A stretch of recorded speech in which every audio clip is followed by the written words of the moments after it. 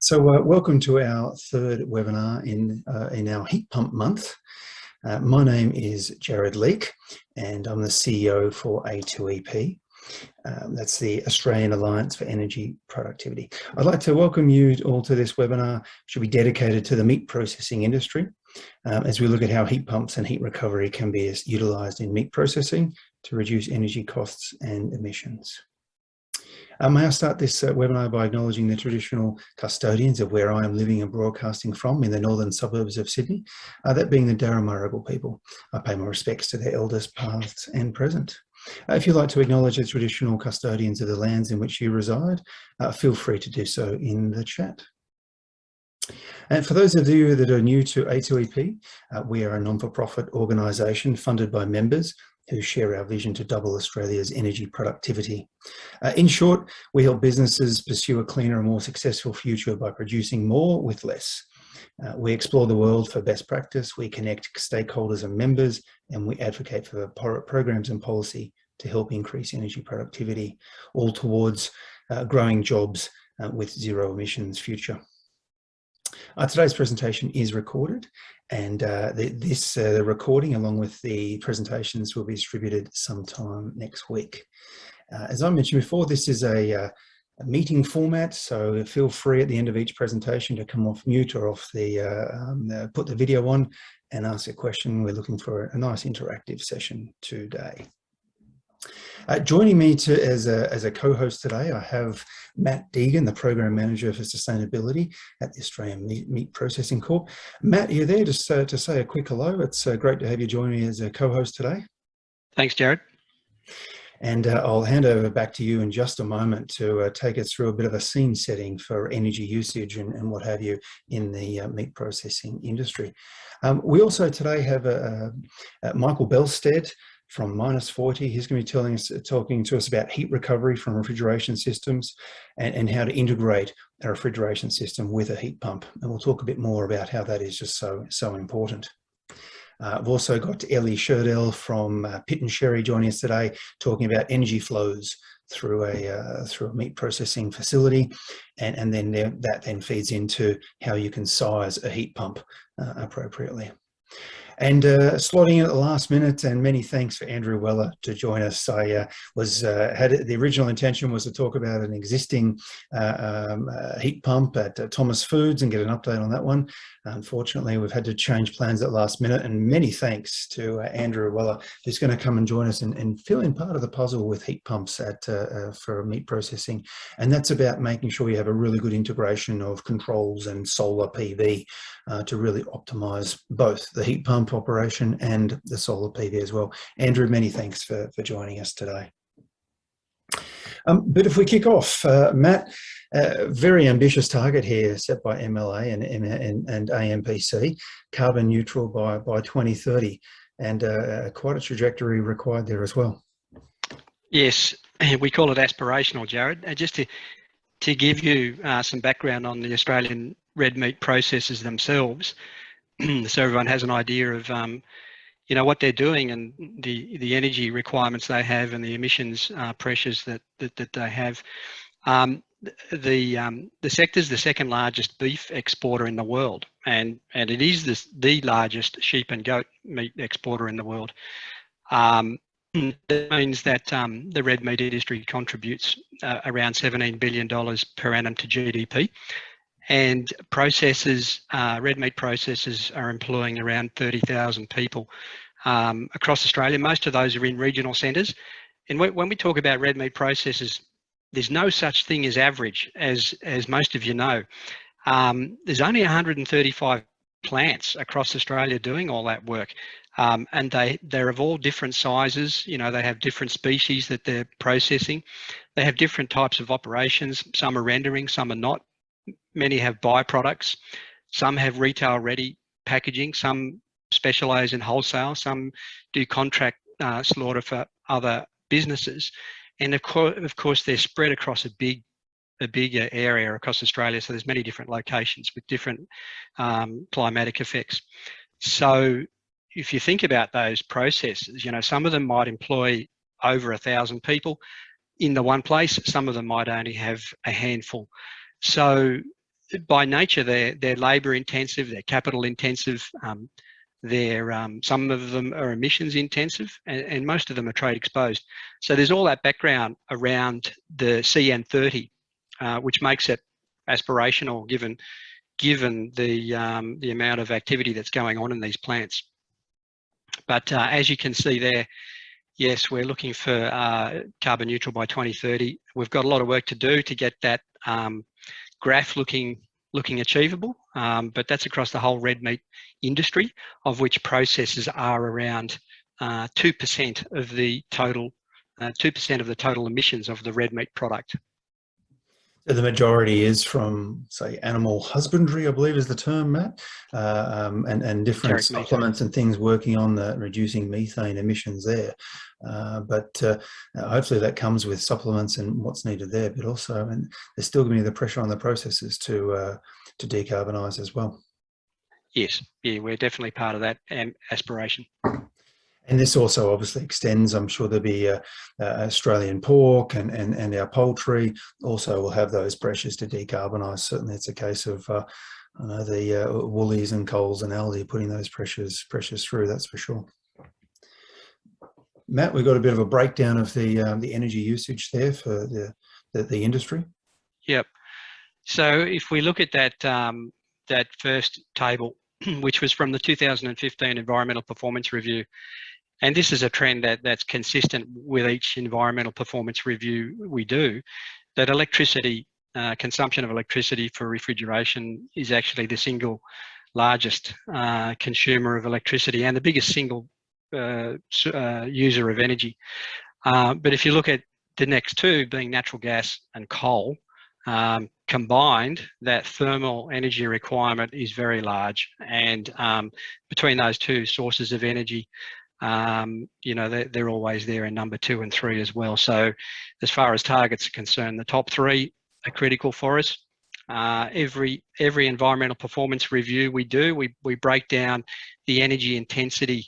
This is for a sectoral measurement. So while I said there's no average, we do have an average intensity for energy, and that's expressed as megajoules over tonnes of hot standard carcass weight. So we can compare between reports. So it looks like thermal energy being about 50% more than electrical energy there, Matt. Yep. And then looking at the 2020 Environmental Performance Review, you can see that the top 3 are still in that same order, being electricity, natural gas and coal. If we think about that first slide you showed, how we were having a downward trend in emissions reduction, while we need to increase the slope of that reduction, we're still getting some abatement over the long term and the short term. However, our energy intensity is increasing. So there's a number of reasons for that, particularly around competition from overseas countries like Brazil, etc. Australia needs to look for niche products, better quality, so they might have bigger use of electricity for refrigeration, such as the retail ready product. Those niche type products, trying to find that quality difference all the time can be very energy intensive. And as well as that, there's processing of wastes, wastewater treatment, byproduct processing, so there's a lot of activity going on site. So our energy intensity has actually increased slightly, but emissions has fallen. So that tells us that we really, there's an opportunity with electrification, because we are getting some increase in on-site solar PV take-up, and we're also getting some decarbonisation in the grid. So hence, Jarrod, why we're talking to you about electrification through various different applications. Good one, Matt. And we've certainly seen for some recent studies how that the demand for electricity at a meat processing facility, certainly in the refrigeration plant, quite often follows, almost looks exactly like a solar PV production curve. So there's that adding that solar PV on can give them really good autonomy and independence for electricity supply, and solar PV, you can use a very high percentage of that. And then when we add heat pumps on it too as well, it's like, well, whatever solar PV you put on, you know, you'll certainly be able to use that. I think that's what we can see coming. Matt, many thanks for that. I might just step into a little bit of heat pump type basics and where this all fits in to that bigger picture you just painted there. And I'll start off with a little bit of the incumbent technology that most sites will have, and that's a gas boiler or coal boiler, or in some cases LPG or fuel oil. Just to let you know, when you're thinking about this this boiler setup, your steam setup, often people think they're doing really well with an efficiency of 83 or 86% or 87 if you've got an economizer on your boiler. However, quite often people are just looking at the boiler only. If you look at the entire system and start considering standby losses, cycling and steam leaks, when we have a look at systems, it's usually around 65% or lower, even as low as 30% efficiency when you add in all these different losses there. So the opportunity to remove that when you look at a heat pump is very high, because you don't have near as many losses like this when you look at this, the heat pump option. So we do believe, and from studies that we've looked at, that heat pumps are a very good candidate to be used for below 150 degrees. In terms of steam heat pumps, which the rendering plant of course needs, there is a lot of R&D happening in that, and we had a presentation on that last week on what's happening with steam heat pumps, but they're a few years away. But certainly hot water, anything below that 85, 90, 95 degrees, definitely well economical with a heat pump. And Matt mentioned before about decarbonisation, electricity grid, and on the right hand side there's a quick graph of what the forecasts are with the step change coming analysis from AEMO with the amount of solar PV installed, and that's really going to see a rapid decarbonisation of the electricity grid. So in terms of decarbonising your process, you may have the option of offsets, but offsets will cost you for every tonne, whereas a heat pump, from our analysis, it'll save you dollars. So it's what you'd say is a negative carbon abatement cost, not a positive one. In terms of costing you more, it's going to cost you less. There are other alternatives, biogas, biomass, solar thermal, geothermal, etc. We took a look at those 2 weeks ago, and there's a webinar available on our website to have a look at that if you wanted to go through that as well. Okay, a very busy chart trying to break down those technologies. I shall see if I can get a laser pointer going on this one.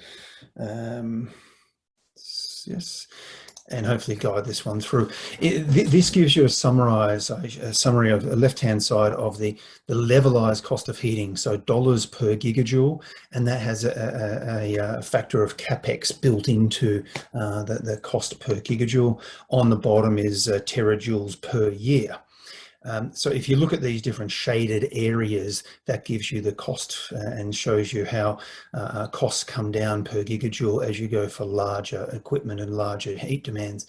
So the obvious one there with the lowest cost is this grey one, 1500 metre geothermal. So that says if you were to drill a 1500 metre bore and get heat out of that one at around about 220 terajoules, 220,000 gigajoules per year, you're starting to have extremely economical costs there. So that's the way you read this table here, this graph.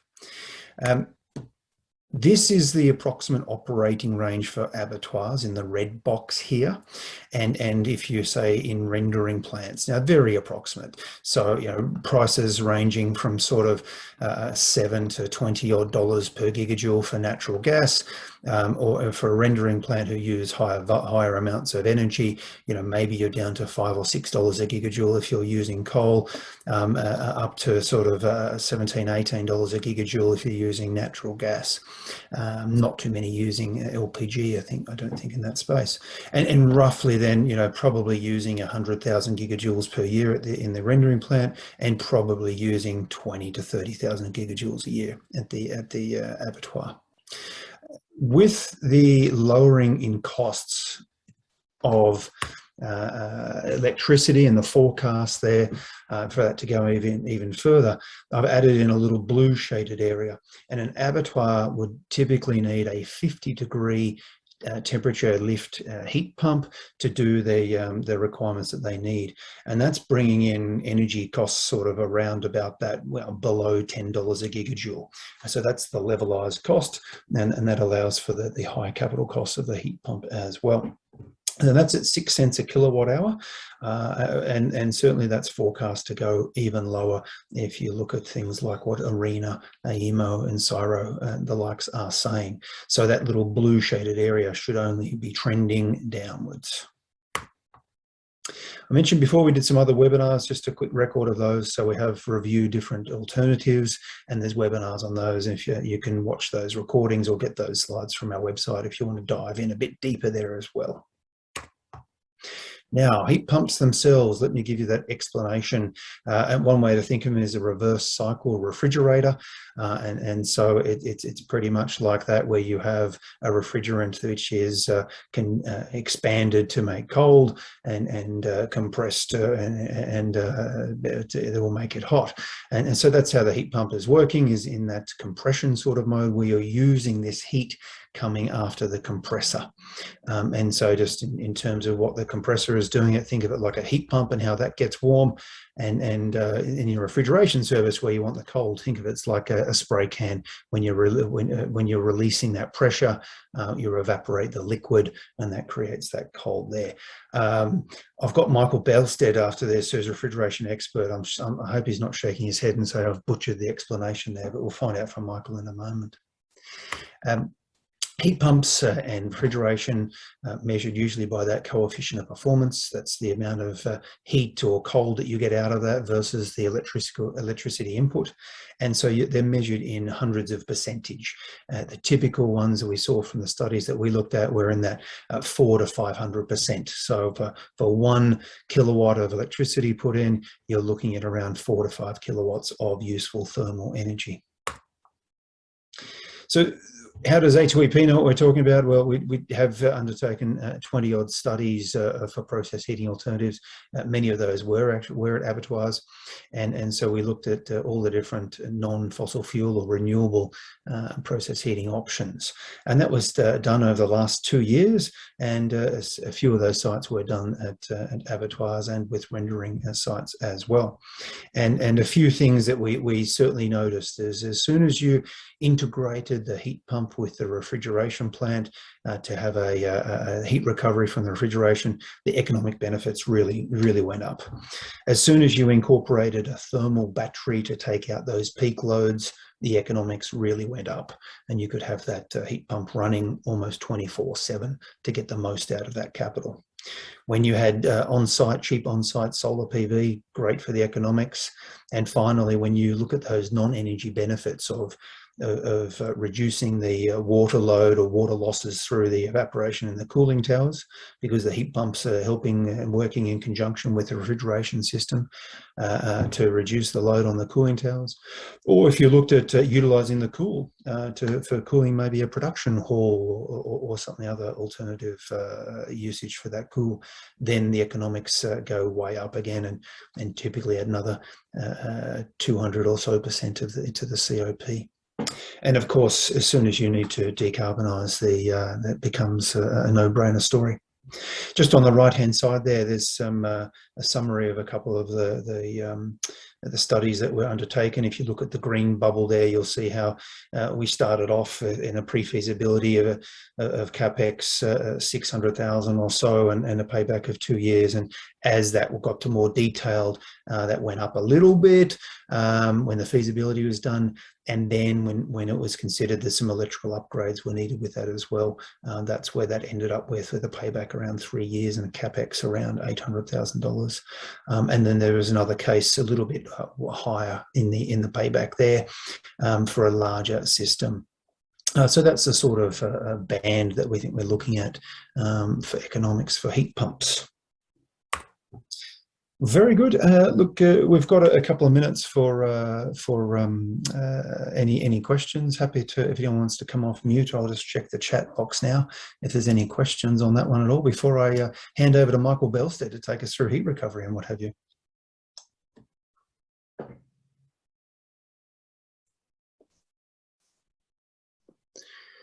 Let me just see if anyone's coming off mute. Just give me a moment there. Or typing something in chat. Look, I can't see that come through. Hopefully that's crystal clear to kick things off. Michael, if I could ask you to start sharing your screen, that would be great to share the presentation as I introduce yourself. Michael, I'll use the word doyen of the refrigeration industry. Great to have you with us this afternoon as the Managing Director for Minus 40. You've been working with industrial refrigeration for many years, and you've been following a few of these heat pump stories and seeing how this integration with heat pumps and heat recovery can optimize such a change. And so, yeah, really looking forward to your presentation. I'll get you to take it away and let us know how this can be done the most efficient way possible. Thank you very much, Jarrod. Thank you for the opportunity to show a few tricks here today. Hope it benefits everybody. I'm glad we've kicked off with heat recovery, because heat recovery doesn't replace heat pumps, but the reason why it's good to start with heat recovery is because that's kind of your low-hanging fruit. So you really want to kick off with that and then fill the gaps with the heat pump, and definitely not the other way around. So Matt, you'll recognize this picture. This is from a work which is as yet unpublished for AMPC. And what we've highlighted on this graph here is really the broad temperature needs across an abattoir. I'm sure you all know this. But from down blast freezing, the negative temperatures, which are the traditional realm of refrigeration. So the negative 35 for blast freezing, negative 20 for freezing, 0 degrees for chilling, and 10 degrees for boning. We have process cooling potentially 20 to 30 degrees, hand wash at 45, wash down at 60, scalding for some processes at 70. Sterilization 80 to 90 degrees, and then above 100 for rendering. And traditionally, we call it yesterday because really it should be done differently tomorrow. Everything below 10 degrees is done by refrigeration. Your cooling systems are done with the cooling tower, and everything above 45 degrees was done or is done currently with some form of boiler or hot water generator burning of fuel. And the future is that everything up to 80 to 90 degrees, as you were saying, Jarrod, as you were saying, everything up to 80 and 90 degrees, we don't need to do with burning fuel today. It is entirely plausible and practical to do it with a heat pump or with heat recovery. The wash down and hand wash side in particular, the 45 to 60 degrees, that is the realm of heat recovery. That is really where heat recovery should be filled. That gap should be filled with heat recovery to start off with. Scalding at 70 degrees, in some cases heat recovery can do that. And sterilizing certainly requires heat pump unless you have a full CO2 system, which most large processors do not. And then cooking and rendering, at this time, we still need to use some form of heating, and eventually perhaps high temperature heat pumps can play a role there. But I guess we're not quite there yet in terms of market readiness.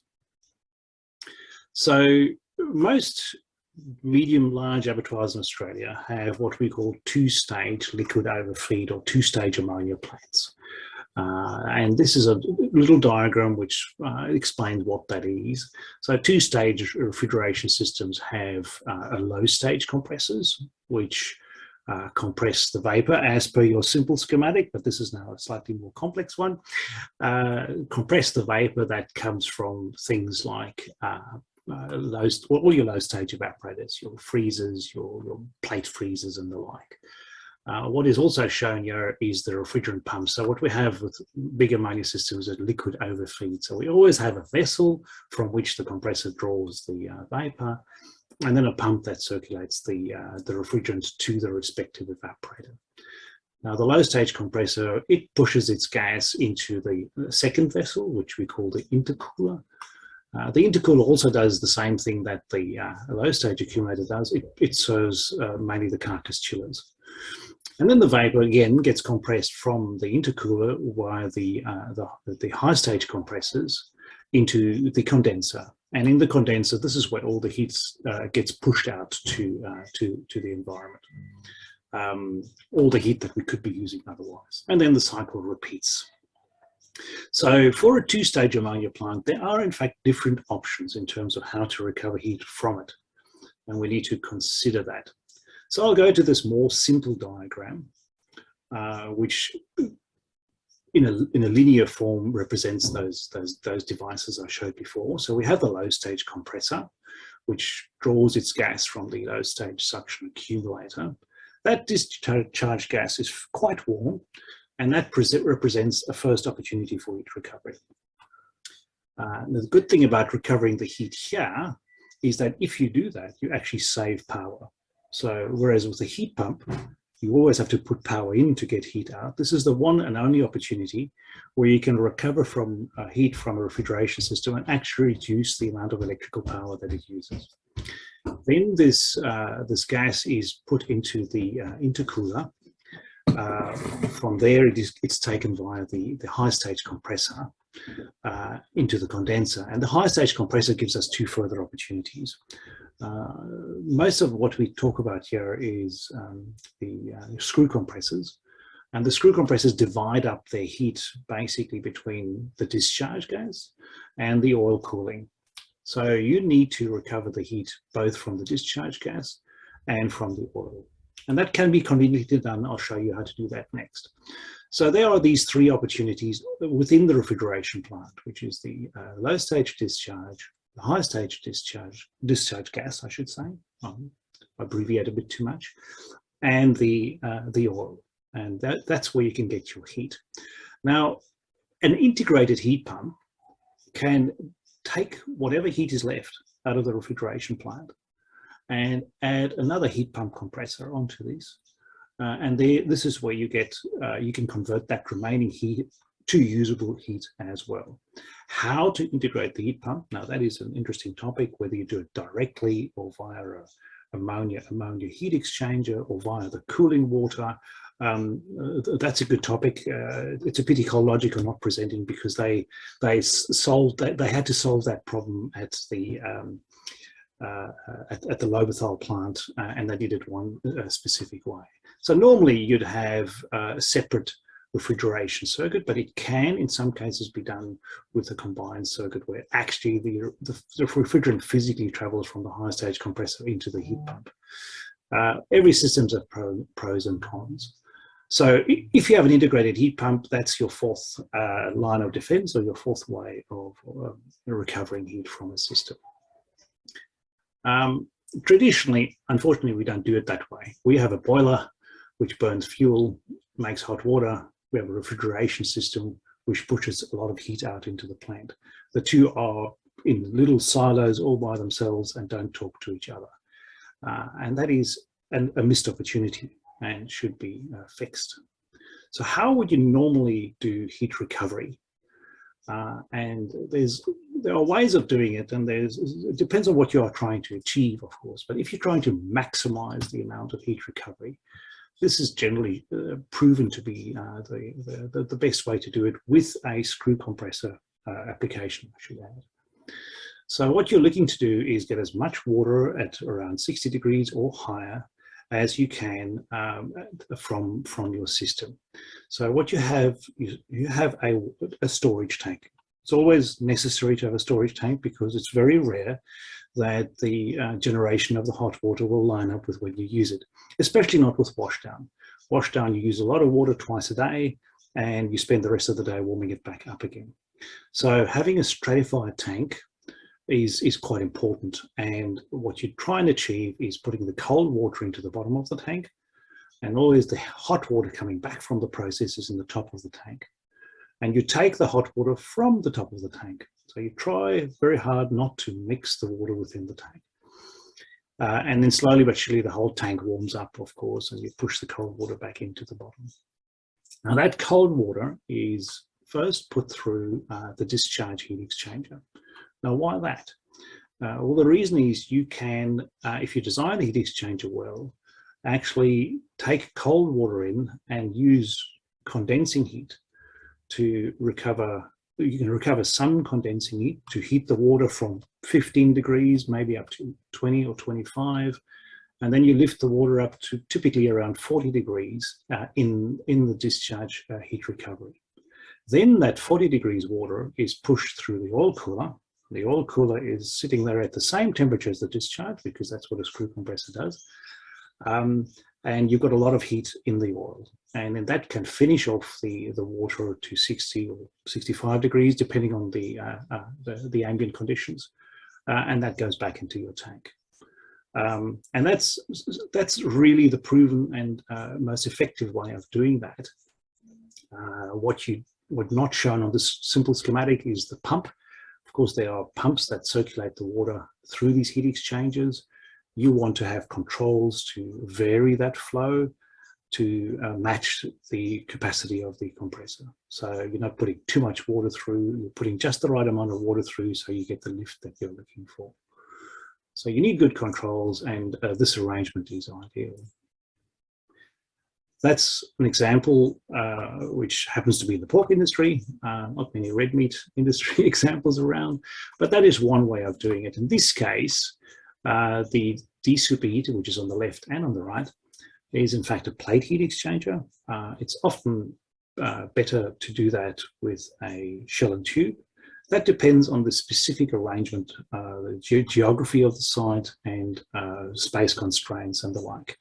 Normally, a shell and tube gives you a better outcome because you can design it with a lower pressure drop, which is very critical for the discharge side. But there's no exclusion here. You can really have both a plate or a shell and plate or a shell and tube. You just have to design it right. You have to pick your heat exchanger correctly. Then in the middle is the stratified tank, which is an insulated, in this case, a fiberglass tank, but it could also be a stainless steel tank, depending on what you want to do with the water.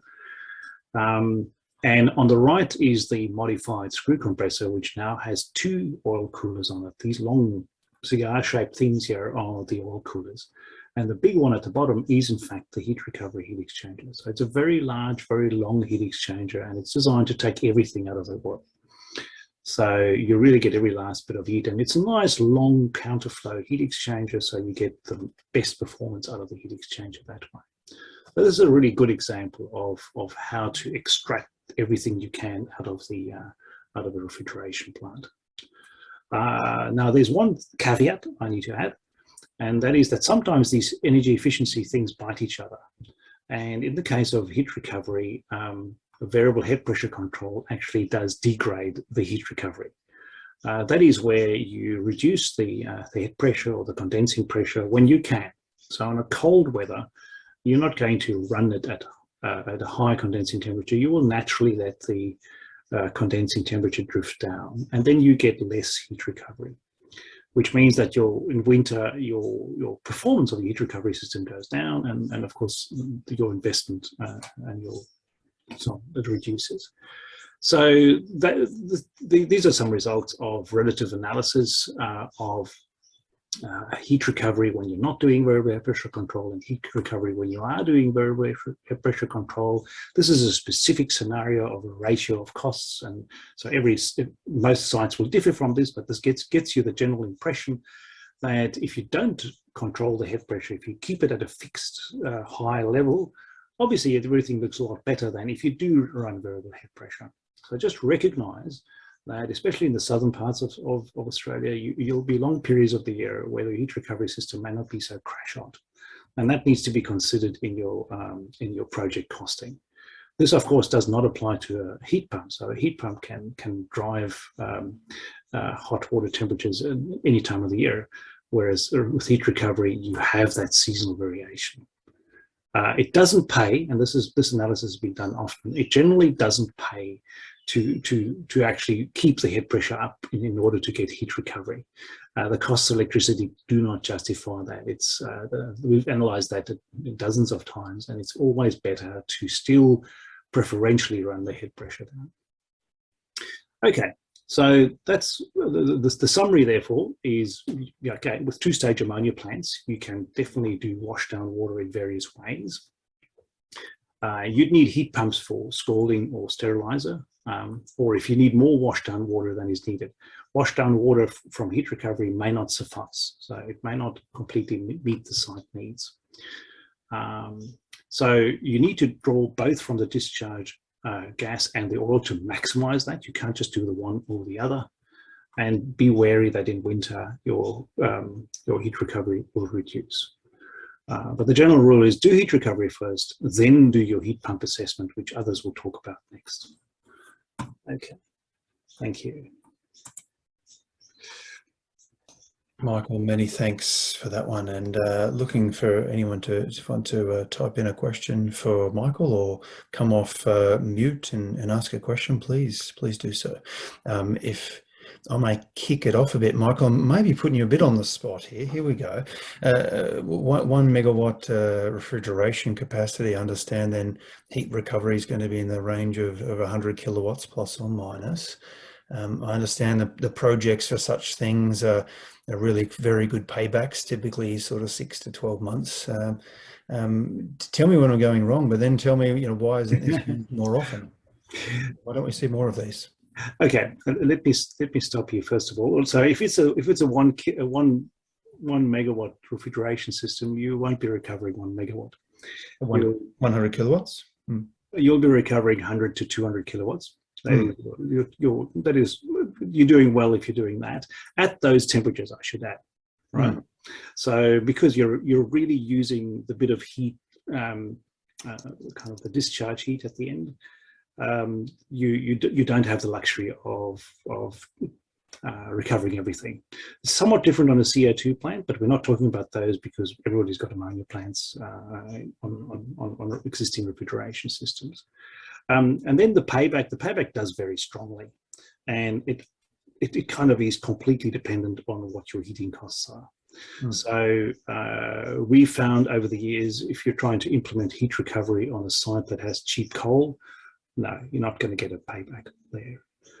If you've got expensive natural gas, or even better, if you've got LPG or diesel, heat recovery is a no-brainer, and you'll get a short, very interesting payback. So generalizing the payback, no, you can't do that. It's all dependent on the fuel costs more than anything. Very good. Thanks, Michael. But understand, and the equation changes dramatically if you want to and have to decarbonize. And that extra 100 or so kilowatts of heat recovery reduces your heat pump size by 100 kilowatts. That can be real money there. Correct.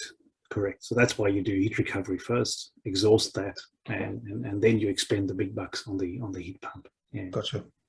Thanks, Michael. Quick question more about refrigeration than heat pumps we've got is the variable head suction pressure control, the pressure. How much does that cost to implement, just while we've got an expert on the line? Well, it can cost very little. It depends on where you are at. Many sites already have speed control of the condenser fans. And then it's really just a programming thing. So your PLC needs to know what ambient conditions there are, and the rest is a bit of engineering and a bit of programming, and off you go. There's a bit more to it than that. There are times where you can't float the head pressure willy-nilly because refrigeration plants also need the hot gas for defrosting. And then there's an interesting topic with dedicating some compressors to defrost purposes while others get floated down and detail like that. But a quick take, in most sites, it's actually one of the easiest, lowest hanging fruit on a site. Yeah. Nice. Michael, many thanks for that. Not a problem. Our next presentation, we're going to move on to, now that we've got an understanding of heat recovery and how a heat pump could be incorporated with the refrigeration system. Let's turn the attention to sizing that heat pump now effectively. So you've minimized the size of the heat pump with heat recovery. Now let's look at how do we minimize and optimize that heat pump sizing. And Ellie, if I could ask you to come off mute and start sharing your screen for your presentation. Today we're joined by Ellie Shirdel from pitt&sherry, a chemical engineer with 11 years experience and been working with pitt&sherry for a while now and across different industries of manufacturing and what have you. So Ellie, Great to have you join us today. I know you've been looking at quite a few different meat processing sites and really getting a good understanding of the heat flows and heat demands. And we know that's absolutely essential in sizing the heat pump correctly. So I'd love to hear what you say about how we should do that. Yeah, thank you, everyone. Actually, hello, everyone, and thank you for having me. I am happy to be here today and very briefly talk about the heat mapping and heat pump sizing for the abattoir. Today in this presentation, I will show you a typical energy breakdown of the abattoir and how can we reduce the fossil fuel reliance in the abattoir, and also how we do the thermal load analysis generally in every process that we want to replace the fossil fuel.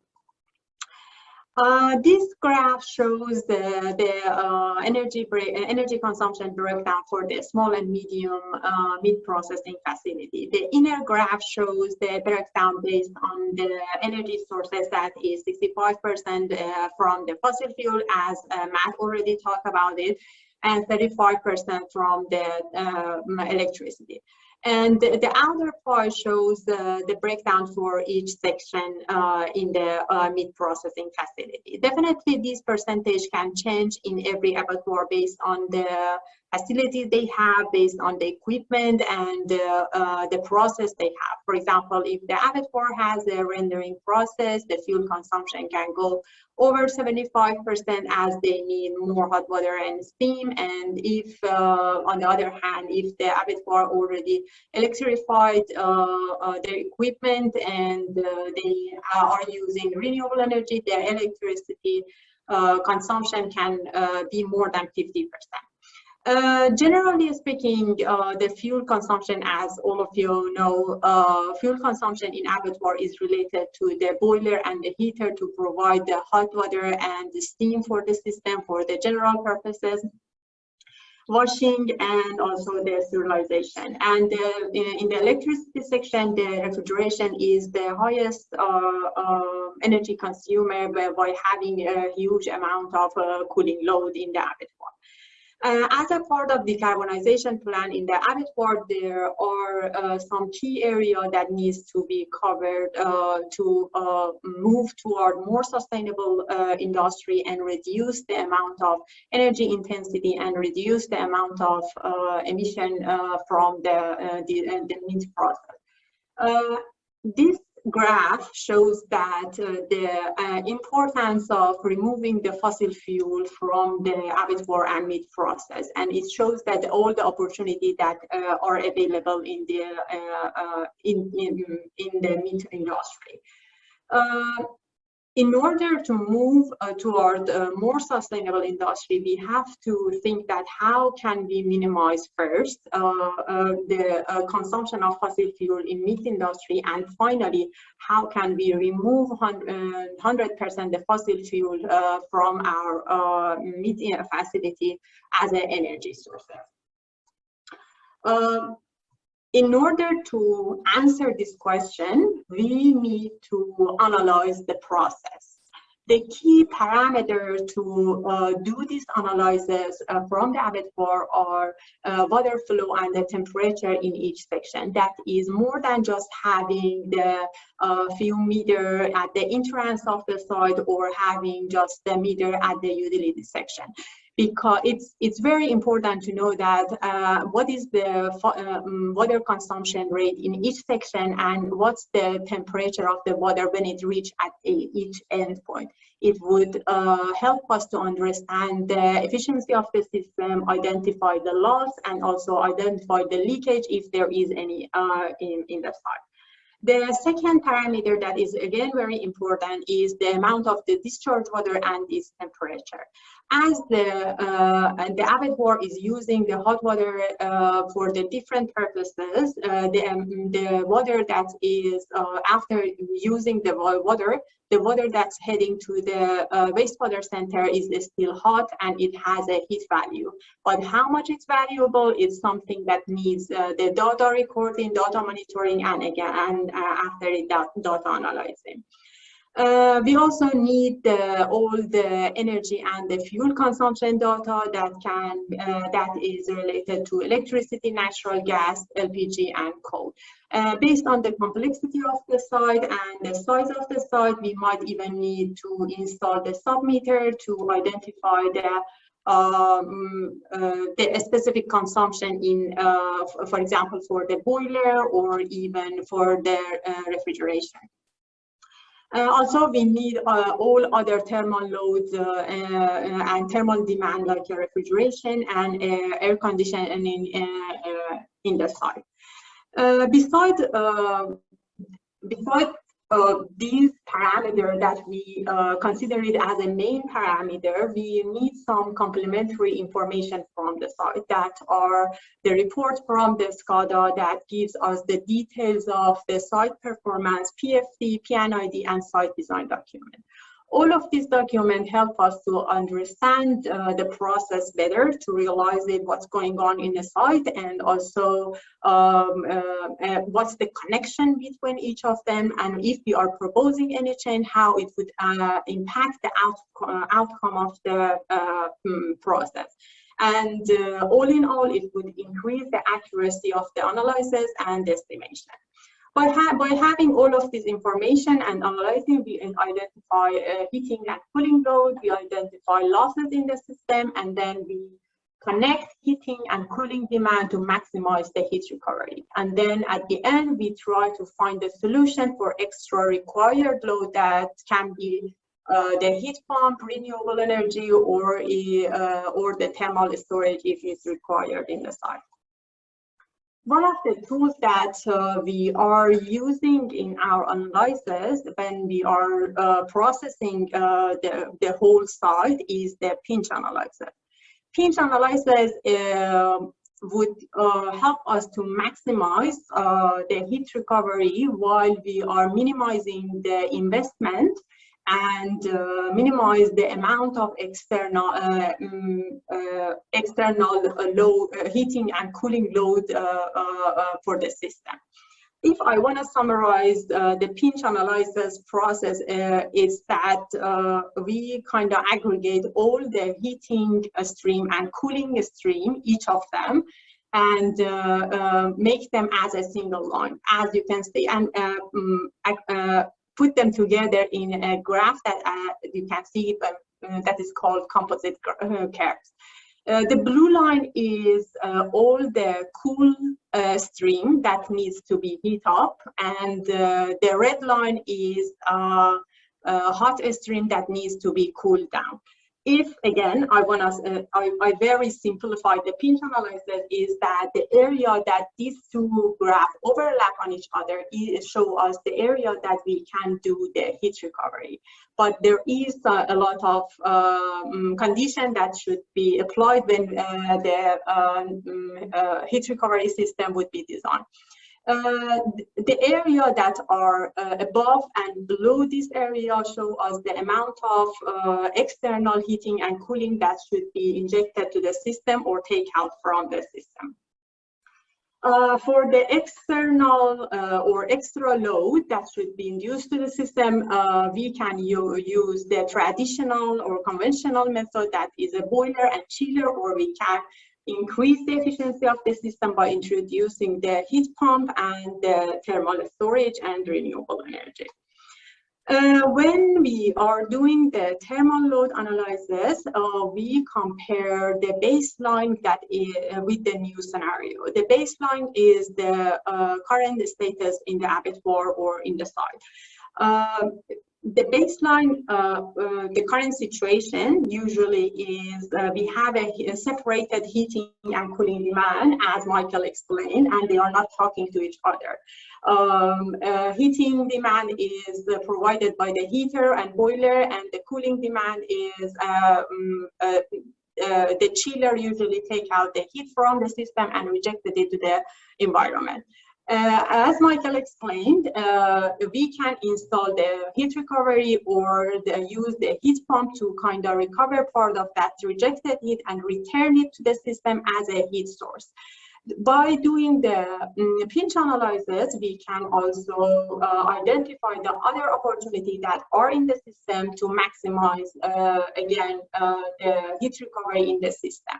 But even by recovering 100% of all the opportunities that are on the site and recovering all the heat, there is still a gap between the demand and supply for the heating side. This gap can be covered by the heat pump instead of using the steam and instead of using the boiler to provide us the hot water, sorry. Heat pump technology, heat pump is a technology that transfers the heat from low temperature to the higher temperature. This low temperature can be air, or it can be low temperature stream in the site. The main advantage of the heat pump is it has a high COP, around 4 to 5. It means that for every unit of work or the energy that is taking it, it can transfer 4 to 5 units of heat in the system. It's a productive heat source, so it's a very flexible. You can use it whenever and wherever you need it. The input energy for the heat pump can easily be provided by the renewable energy that, like a solar, it will reduce the emission of greenhouse gases, because technically you are switching from gas to the electricity, and this electricity can be provided by renewable energy, or you can go even further and have a PPA contract, and that's another story. And generally, it would reduce the energy costs of the site, and it has a lower maintenance if we compare it with the utility and the boiler.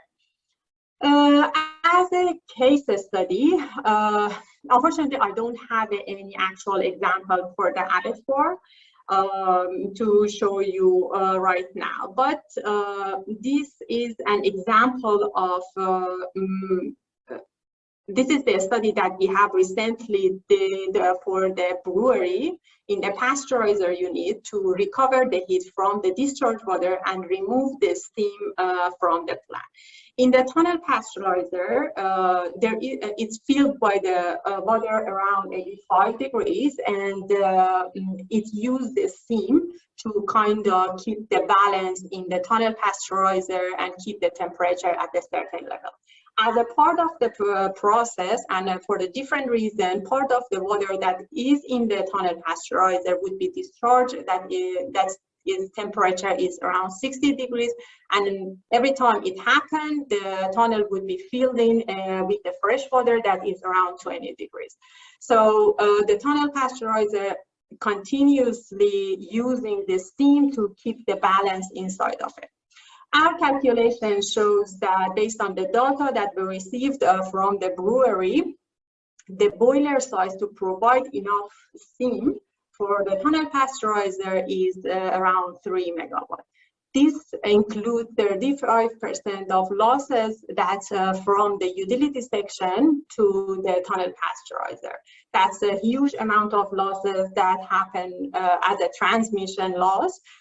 So if we ignore that loss, the tunnel pasteurizer by itself needs a around 2 megawatt boiler to provide enough steam for the steady operation of the tunnel pasteurizer.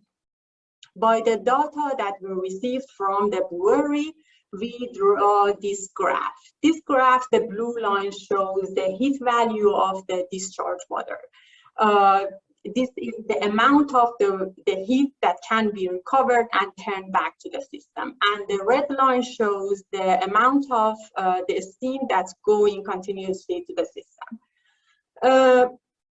The amount of recovered heat from the discharge water actually is the area below the blue line, and it's almost 40% of the total energy demand for the tunnel pasteurizer. So even if we recover 100% of this heat value, there is a still gap between blue line and the red line that should be recovered by another thing if we want 100% remove this thing. What we propose for this system is install 2 heat pumps. One heat pump would recover the heat from the discharge water and return the water to the system. That actually is another saving, and that's actually bringing a huge amount of saving for the water for the system. But in terms of the energy, it would recover almost 40% or 35% of heating demand for the tunnel pasteurizer. On the right side, you can see that we are proposing the second heat pump. That is, this heat pump is getting the heat from the air, and it would deliver the to cover up the gap between those red and blue line here to fulfill all the heating demand for the tunnel pasteurizer. This is definite, and as you can see, the total heat pump size for this tunnel pasteurizer is around 650 kilowatts, while the boiler size was around 2 megawatts. So the heat pump size is almost 1/3 of the boiler size. It's not a rule of thumb. It's because every site has its own specification, and it should be calculated how much heat recovery we have, and what would be the extra demand that should be covered by the heat pump. So I mean that every site should be analyzed individually. Currently, we are working with the 7 abattoirs to kind of develop the heat pump opportunity for them, and use our knowledge and learning in the other industry for them. And I'm pretty sure that in a few months we can come back to you with the result of heat pump analysis exactly for the abattoir. And that's it. Ellie, many thanks for that, and I understand the methodology that you laid out there. It's the same that you'd look at for an abattoir that you have done for the brewery, and certainly a lot of that same system would be completely applicable to when you're looking in that hot water ring main and for sterilisation and washdown as well. So very good, yeah, very good. Thank you, Ellie. Is there any questions in the from the audience at all? Feel free to type that in chat, or I think you can come off mute. I may have got that incorrect, but feel free to type something in the chat there before we move on to Andrew Weller at Glaciem.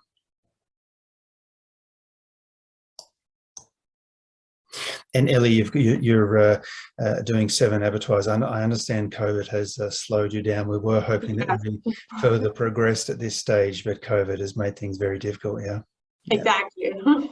So when are you planning on having that one finished there? Actually, we just extended the project, and because of the COVID, we couldn't do the site visit, and it was, you know, it's not hard. It's kind of hard to understand the whole process without doing the site visit.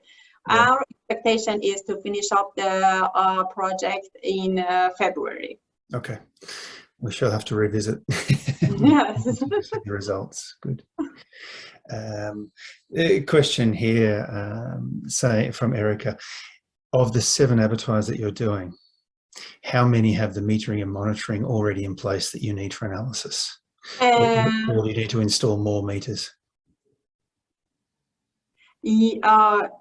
Actually, I can't say that, but one of the abattoirs right now, they just finish up the installation for the water meter in the different section. Not all of them has all the information, and unfortunately, most of them doesn't have the meter or the thermometer in the different section. Yeah. And it kind of make it hard to analyze, but we are trying to find a solution for that. This is ringing bells for the many studies that A2EP did, as there was site metering but not enough sub-metering, and the sub-metering not only for, say, for gas, but for water. You know, what is that peak demand for that sterilisation water or washdown, more for an abattoir? What's that peak demand for the washdown water? Is it 2 or 3 times what the average of the usual heat requirement and what have you? And understanding that is absolutely essential for sizing the heat pump. So, yes, yes, definitely. Good one. And so it's all about more metering. Okay. I was going to show you, I was just about to install metering in my house there for the water, just to see how it's done myself. I haven't got it handy. Very good, Ellie, many thanks for that. Andrew Weller from Glaciem has joined us. Andrew, if you've got your, we can see your presentation already. Andrew's been working with Glaciem for several years now, and as a business development manager, and has been instrumental with a lot of projects that Glaciem's been doing with heat pumps and refrigeration, notably across wineries and dairies and horticulture, and now more recently within abattoirs. Andrew, I'll let you, if you come off mute and take us through how we can have better control integration and forecasting of solar PV and how that would benefit a heat pump installation. Andrew, over to you. Fantastic. Thanks, Jarrod. And great presentations, Michael and Ellie. I think really good lead up to what we want to talk about. Glaciem basically does 3 things. We do heat pumps. We also do thermal storage, and I'll talk about that briefly. But importantly, I'm here today to talk mostly about how smart software can make a difference in actually producing the results that are being talked about in the practical day-to-day use of the things that Michael and Ellie have been talking about. So first of all, we do produce these large heat pumps. We're sending 5 very large ones to Singapore for a pork processing facility. This is the build of a heat pump and the associated pump skid that sends, in this case, a bunch of a sack of dinolene around the place. But this is a 1.1 megawatt heat pump from memory, and it's providing 90-degree hot water for industrial process, but it's much the same as the sort of heat pumps that we are deploying into the meat sector. You can see a large number of compressors which are doing the job. They're actually reciprocating compressors, doing the job Michael was talking about a screw compressor doing with other technologies, but with CO2, we use parallel compression with very large reciprocating compressors and large heat exchangers, as you can see there, and pumps to move all of this water and hot water and, in this case, cold water as well, around the place. But we also do thermal energy storage, and I'd just like to briefly link together some of the things Michael's been talking about with what you need to know as for how it might apply with our ACFA product, but this smart software for forecasting, optimization, and control. So we go back to where you get your energy from, and we think about where's the best place at any one time. So you could get it from the grid, or you could be making your own with behind the meter solar or perhaps other forms of renewable energy. So we have our logic that determines that, and just as Michael showed, we convert that electrical energy into mechanical energy, and then we store it. Michael showed it being stored in a stratified hot water tank. And I'm showing you here storing thermal energy in a phase change material for cold. So this is essentially the pigeon pair. The two go together very well. And then you can use that for your process cooling applications and for your HVAC applications or for your cold storage applications. So these all have relevance in the meat sector. You've still got space cooling that you need, and more importantly, post-COVID, certainly cooling the workspace is important. What's that enable you to do? Essentially, what we're trying to do is give you a way to migrate your energy use, your electrical energy use, to the time when you can either get it from renewables or when you might pay a lot lower cost for the energy you're getting because there's a lot of renewables in the market. And we're allowing you to leverage your energy assets so that you're not stuck with generating solar PV that you can't actually put back in the grid and monetize. You can actually use it for a useful purpose. So that's about price arbitrage, reducing your demand. You know, other people spoke about the fact that sometimes you come to a project and you find that a heat pump needs more power, but thermal energy storage can help you shave your peaks. So what does a thermal energy storage tank look like? This is the build of a thermal energy storage tank. You see it's a large stainless steel structure. It weighs about 43 tons. This is a 2.6 megawatt hour tank. Each of the two tanks being built here is about 2.6 megawatt hours. You see it's a large stainless steel tank, and then we put a manifold inside of that, and that's used for the heat transfer fluid to transfer it in and out. Once that manifold goes inside, then you'll see about 14 kilometers of this HDPE piping, which is used to transfer the heat in and out, and it works very efficiently. So these tanks can transfer about 400 kilowatts. So that's a very substantial cooling load delivered by each of these tanks. I didn't show you the whole of that video, but they're obviously insulated and then packaged up with pipe work to get the refrigeration fluids in and out. So I'm going to talk about smart software really, and what that's about. So how does it work? Well, it's cloud infrastructure. It's sort of Internet of Things. So we're constantly managing the status of everything that you've got, your electrical assets and your thermal assets, your plant and equipment. So that's a live thing. You know, we're monitoring this stuff in real time, but we're also looking at the energy market and activity that goes around that and the forecasts for the energy market. We look at the weather forecast too, because this tells us how much energy you will be able to generate with your behind the meter assets, and perhaps too, if you have, say, for instance, a virtual generation agreement with somebody else's assets somewhere offsite, you might also want to know how much you're paying for that energy. And we do an energy demand forecast from your production systems, or we get it from your production systems. We either, you know, generate it or just download it. And we put that together with what we call essentially a digital twin that links all these things together. It knows that the efficiency of the refrigeration plant, the current ambient conditions that it's operating in, and perhaps the suction side temperature it's operating at. So, you know, we bring all this together and the two things interact with each other.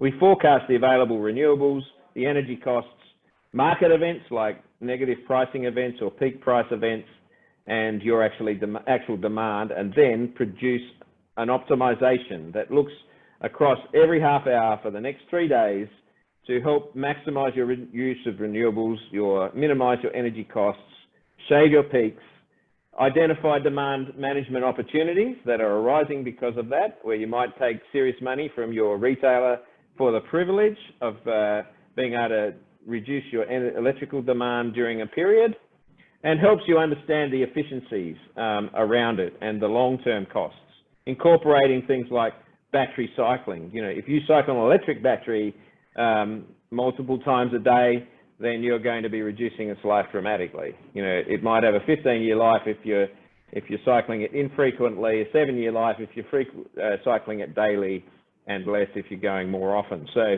you know, these are important considerations because your energy assets, the life of your energy assets and how much useful life you're going to get out of them is part of the economy that you're trying to work with. And finally, we do the control for you. So the system itself helps manage the draw from the grid if you're taking your power from the grid or from solar PV. Maybe you're exporting it, maybe you're using your solar PV. Maybe you're charging and discharging an electrical battery, and maybe you're charging and discharging some thermal energy storage. That might be the stratified sensible heat hot water tank that was talked about by Michael, or it might be the phase change material thermal energy storage that I talked about, or it might be both. And then we control your refrigeration and your heating equipment operation to ensure the system is charged at the right time and the hot water is being generated at the right time to supply the needs you might have. So this is an example. It's a live example from a client. It's not in the meat sector. We don't have this particular technology running in the meat sector today, even though our heat pumps are going into the meat sector as we speak, 5 very large ones. So this sort of shows where the energy flows are happening. It shows exactly that mechanical work that Michael was talking about. In this case, even an ammonia refrigeration system that is using screw compressors to generate thermal energy. And that thermal energy, you can see 123 kilowatts of electrical energy, generates 490 kilowatts of thermal energy. And that is used for 2 things concurrently. It's looking after your existing load, but it's also, in this case, charging our thermal energy storage, which is holding currently 1,241 kilowatts. You can see it's partly charged, not fully charged, at -3 degrees. The phase change material can be decided depending on your application, and the thermal storage tank might operate as low as -27 degrees to be able to provide for loads, you know, quite considerably lower temperature than the chilled water load that this particular example would be providing. And what does that look like? Well, a schedule is created. It's every half hour a new schedule is created, but this shows you what you're looking at. And you can see here on the bottom row, or second to bottom row, there is this peak energy cost that is coming at this particular time. And you can see that during that period, the thermal energy storage tank is being discharged. And you will also notice over here that there's a negative price event that has happened. And during that time, the thermal energy storage tank for that period is being charged. So the refrigeration system, you've got free electrical energy. You might as well use that to, as much as you can, to charge your thermal energy storage tank.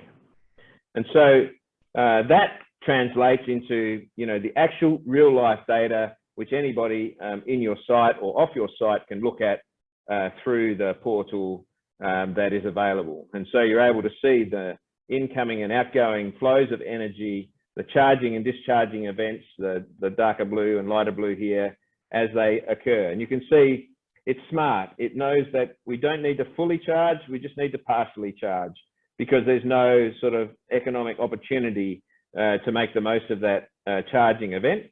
But down here where you see the energy costs constantly going up higher, they're the opportunities for charging, you know, to a larger percent of the thermal energy storage available. So they're the sorts of things that we're talking about. You know, we think in the meat sector about the key electrification of heat opportunities Michael was talking about.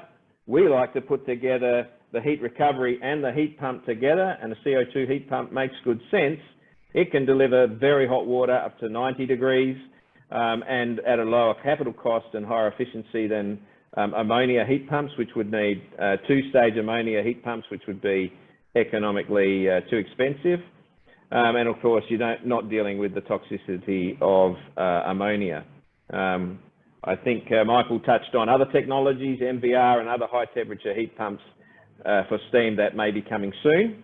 Hopefully some of you guys in Australia will be interested in being an early adopter of those technologies and giving that a serious go. They're increasingly being proven in Europe, and we'd love to see them adopted here. But one thing that we haven't talked about today is being able to offset the cooling demand from your heat pumps. And when you put together a CO2 system heat pump with a combined heating and cooling demand, it might be a much more economic way of servicing your load. It can be integrated with a glycol loop. Many sites will have that. It can be integrated with a pumped ammonia loop, but you might also have investments that you're making around plate freezers, spiral freezers, blast freezers, this technology, and you could be using CO2 much more efficiently for those low temperature demands at the same time as producing the heat for your hot water. So a CO2 heat pump can deliver you those very low temperature opportunities as well. And finally, what Ellie was talking about, connecting the heating and the cooling demand. This is where thermal energy storage comes into it. Whether it's a phase change material thermal energy storage system like we have, or stratified sensible heat hot water storage, which we often are integrating with heat pumps in the way that Ellie was talking about, and I think Michael as well. But what thermal energy storage enables you to do is support the mismatch between the demand profiles of your heating and your cooling. And so sort of optimize your efficiency, because the heat pump can deliver heating and cooling at the same time for the same cost. So that's enough for now. I don't know whether I've overstayed my welcome, Jarrod, have I? I'd say spot on there, Andrew. Thank you. Well timed.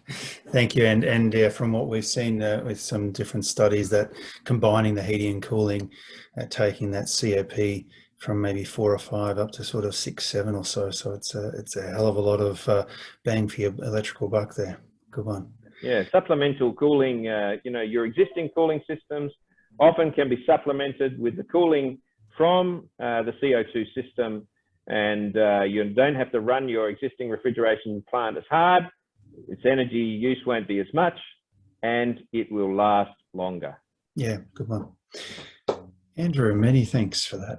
We'll now move on to a project that we did with AMPC and sponsored also by Arena, and working with Mayakawa, pitt&sherry and Smart Consult, where we put together a program where you can do a very quick ready reckoner for a heat pump sizing. I've made some adjustments to it so that it'd be a bit more applicable to the meat processing industry. This is only for hot water for abattoirs, and let me show you how that looks. And happy to be sharing this with anyone who wants that. Just have to request that from me. It's in something of what I'd say a beta version right now. So just out there for testing, but happy to share that again. Is that big enough, Andrew? Could I get from you, is that big enough to see the screen there, or should I zoom in a little bit further? Good for me. I've got a high-res screen though, so really up to you, mate. I don't know. Very good. So this is just a spreadsheet tool where you can enter in how much water that you use per day, and the current boiler capacity, how much of that is in peak, in a peak demand period, and for how many hours that peak demand is. And then you enter your temperature requirements, and then you will have some estimates on capital cost and the size of the thermal storage. So why don't I step you through such an example there right now. And I've chosen, say, 250 kilolitres or metres cubed per day, go higher or lower. And if you average that out for kilowatts, it's going to be something around about 700 or 800 odd kilowatts. That, from what we've seen, is probably going to be delivered by a 2000 kilowatt, 2 megawatt boiler. And that pretty much lines up with what Ellie mentioned earlier. She said about a third of that when you still think about what the heat pump sizing or the average heat load is versus that boiler size. And that really comes about from what we understand is 2 reasons. One is the boiler is often oversized to handle the peak, because the extra cost for oversizing is so little. If you say a boiler is $60 per kilowatt and a heat pump is, say, $300 or $400 per kilowatt, then adding an extra couple hundred kilowatts for a boiler, not much of an issue. But when it's $300 or $400 per kilowatt, adding an extra couple of hundred kilowatts does become an expensive problem. So I've got 2000 kilowatt boiler here. I said 40%. Ellie said about 33%, but from the studies that we've looked at, it's roughly about 40. So that means the heat pump capacity is roughly about 800 kilowatts. And if we said maybe we need to do a peak for an hour or so a day at 150% or 1200 kilowatts, that then gives us the size of the thermal battery that we require. If you can enter in the cost per gigajoule for your gas or coal, I've entered 15, maybe that's a little bit on the high side. Feel free to, you can change that, put that in at 13. 4,000 hours per year, that might be 16 hours a day for five days a week or so. And electricity at 0.1, and that could come down if you could say using the system like Andrew was showing to optimize how much of the solar PV you're using. I think that would come down certainly further. The heat source was say water, because we're going to take say water from the refrigeration plant. The system's not sophisticated enough to look at say condensing directly from ammonia. So just let's say we cut into where the water went to the cooling tower from the chiller or refrigeration plant, and we use that as the heat source. And we're not going to look at load flexing in this case. It's a little bit small at the moment. I've entered in some other efficiencies here. The boiler system, say 65%. Steam system, that is, not just the boiler. Let's say the boiler costs $10,000 a year to maintain. Now, sure, that may be less some years, but every 5 or 10 years, you've got something major there. The boiler, $120,000 with 5 years left in it, 6% discount rate, and a portion of energy from solar, 40%. I think that would be probably a little bit higher if you just operated during the day only. And then you enter in the temperatures that you need. You need hot water at say 85 degrees, and your cold water coming in from the mains at 20. You're taking the water going to the cooling tower at 25, and let's say we return that at 15, and there. So all the yellow cells you can adjust and do as you please to suit your site. From that, then you'll then get the outputs here. And if I step through those quickly, we've only looked at 2 options for now, ammonia and CO2. I think in future we could consider looking at butane or propane, or maybe an HFO. We're a bit hesitant on the HFOs with the toxicity issues and what have you. We could even look at some other refrigerants with higher GWP, but we'd certainly have to make allowances in the calculations for the CO2 impact from those.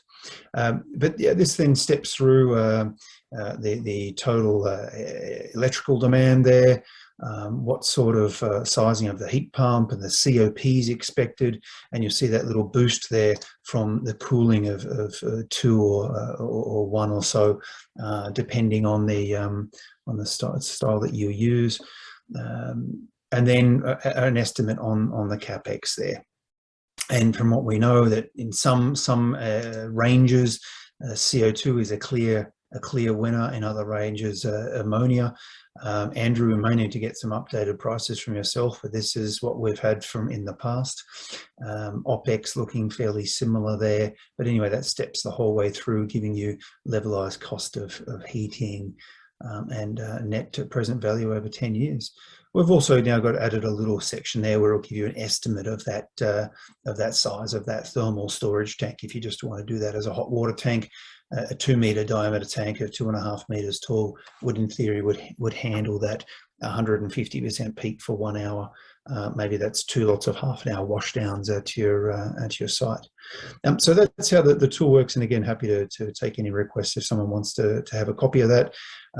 We offered this a few weeks ago, but I had to iron out a few bugs. But we've got the bugs ironed out, and I think this is in a good form to be sending out to people. So happy to share that one. So that's what's available there. I'm just going to finish off with a little bit of some other tools that we've developed. We are using this with New South Wales Department of Planning, Industry and Environment to help with a screening of, is a heat pump appropriate for you and are you ready? And you'll see a lot of this as a few questions to say, well, how well does this align with your business and how well is this going to suit your site? I won't go through those in detail, but you're able to see those when you get the presentation. But that gives you a bit of a feel of some of the issues and barriers to progress with a heat pump. Other one to note there, certainly with heat pumps, from what we've seen, You're looking at the potential for reduction, typical abattoir, maybe 1,500 tonnes per year of CO2 if you are using 100% renewables. And so that could potentially generate $400,000 to $800,000 a year in white certificates. Now, 800, that's obviously on the upper level, if that's using your Victorian, the VICs, the Victorian scheme, and 400 closer to what's happening with ACCUs and things like that. However, a large portion of that would be used and consumed with the measurement and verification. So it's probably only the very larger sort of projects. You'd have to be well above that 1 megawatt or 2 megawatt sort of size. I don't think it'd be profitable to be able to get these white certificates if you're just looking at 100 or 200 kilowatt heat pump at the moment. We are working with these different government departments to work out how that can be done at a lower cost with using dinged methods and what have you. But for now, it's probably just the larger sites. But that can make a substantial impact for the capital cost for such a project. So yeah, we see that as a good potential.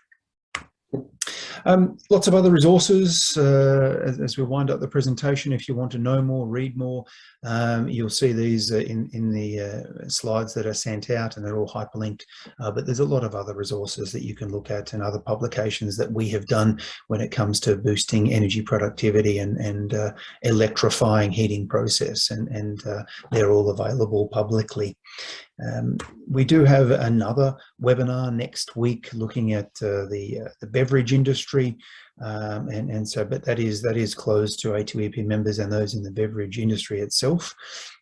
So we'll continue the heat pump in a month, and we'll conclude it there next Tuesday at 3 o'clock. I think we've still got a few minutes for a quick number of quick questions if we've got any. Looks like we've got something. Jarrod, yes, it's Matt here. Look, really good bunch of presentations, and just the end there with your presentation on the tool, the levelized cost of heating.